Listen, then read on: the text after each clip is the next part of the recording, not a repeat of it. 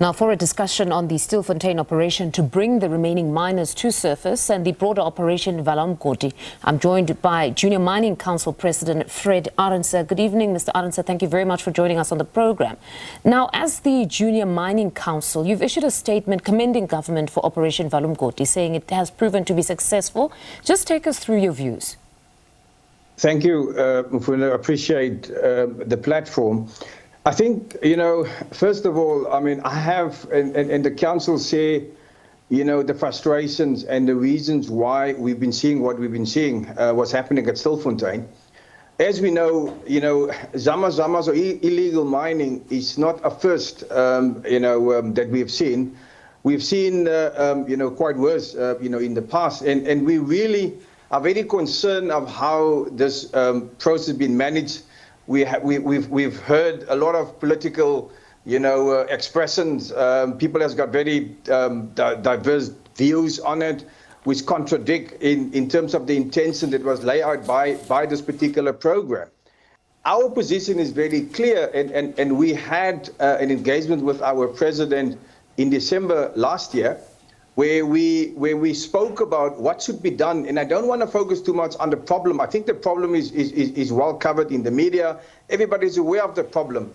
But the solution, we believe, is that there is an opportunity to bring mines that are laying idle back into production so that we can solve the levels of employment of these miners. These are skilled, some of these guys are skilled ex-miners. Now, if we can create a legal process where we bring a lot of the mines that's in care and maintenance and business rescue into production, we would be able to solve most of this problem.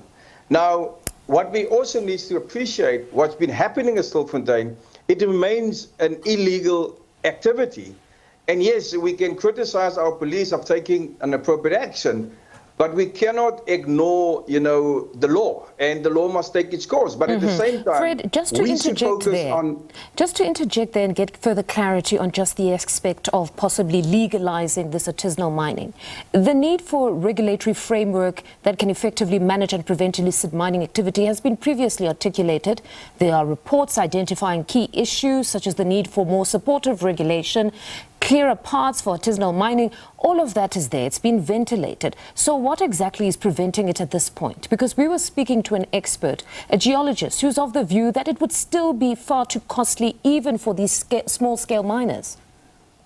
To answer your question quite, frank, we've got a lot of policies in place and legislation and regulation, but it's a lack of action at the appropriate level. And I'm starting with the DMR, I'm starting with the levels of government, I'm starting with, with private business. The answer is action. The answer is not more policy. The answer is action from government that creates an environment for business people to do the right thing. And we believe, so to answer your question, is we require action. We do not require more regulation. The frameworks are there, studies are there, but we need action. Then to the handling of the matter. You've stated, at least in your statement, that you commend broadly the Operation Vala Umgodi. But the matter has, of course, divided society. Just the handling of Stilfontein. Just today, that aspect was being argued in court. The chairperson of the Portfolio Committee on Minerals and Petroleum Resources went on to even urge all involved in Operation Vala Umgodi to strike some sort of a balance here of two constitutional imperatives. That's the right to life and the police's duty to prevent, combat and investigate crime.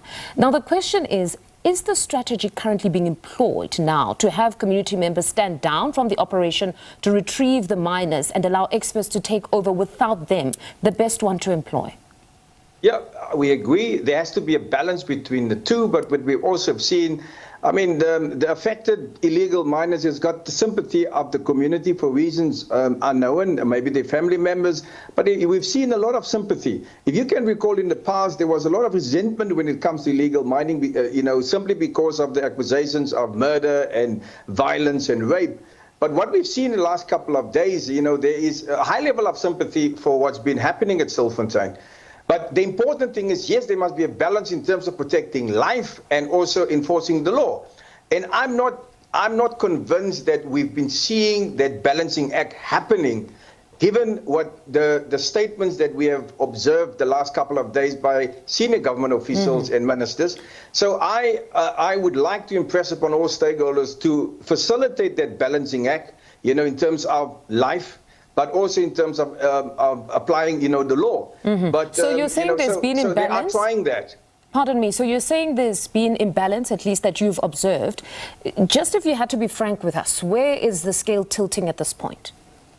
You see, and let me express my view, is that when this matter almost escalated, and then I've observed, my personal opinion is that there was a haste, we must do something, let's smoke them out, let's do that. And I don't think, that was the right approach. Yes, there was a lot of pressure, and some of the tactics, I don't think was appropriate in this instance, and hence certain organizations taken legal action, approached the court for relief.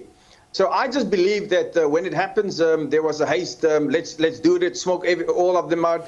Let's keep resources from them, food and medication, in the hope they're gonna run out. I mean, I don't believe that was the right approach.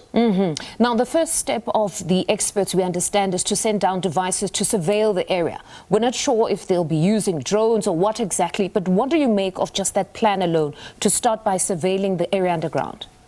Yeah, we have to do that because I've read, there's a plan to send down a cage and all that. But you simply, from a mining point of view and safety, you simply can't do that, because if you don't have an understanding, what is the rock formation, how does the area look like, and it's the right approach to have a proper, surveillance done, so that there can be an understanding in terms of the technical and the safety aspect of the areas which these guys are currently sitting in.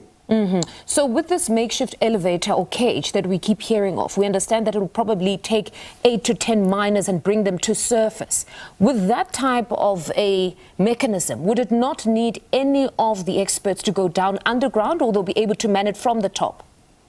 No, again, I mean, I haven't visited the place myself, so I'm cautious of giving an expressive view on it. But you would, ideally expect first to, ensure that both surface and underground, or wherever they've identified an area to go underground, is safe. And that is why the surveillance and the surveying of the area, checking the ground, making sure that we're not putting innocent lives at risk. But from a technical and geological mining point of view, is that those checks has to be done before consideration can be given for that type of rescue mission. All right, Fred, thank you very much for your insights this evening. That was Junior Mining Council President Fred Arendse.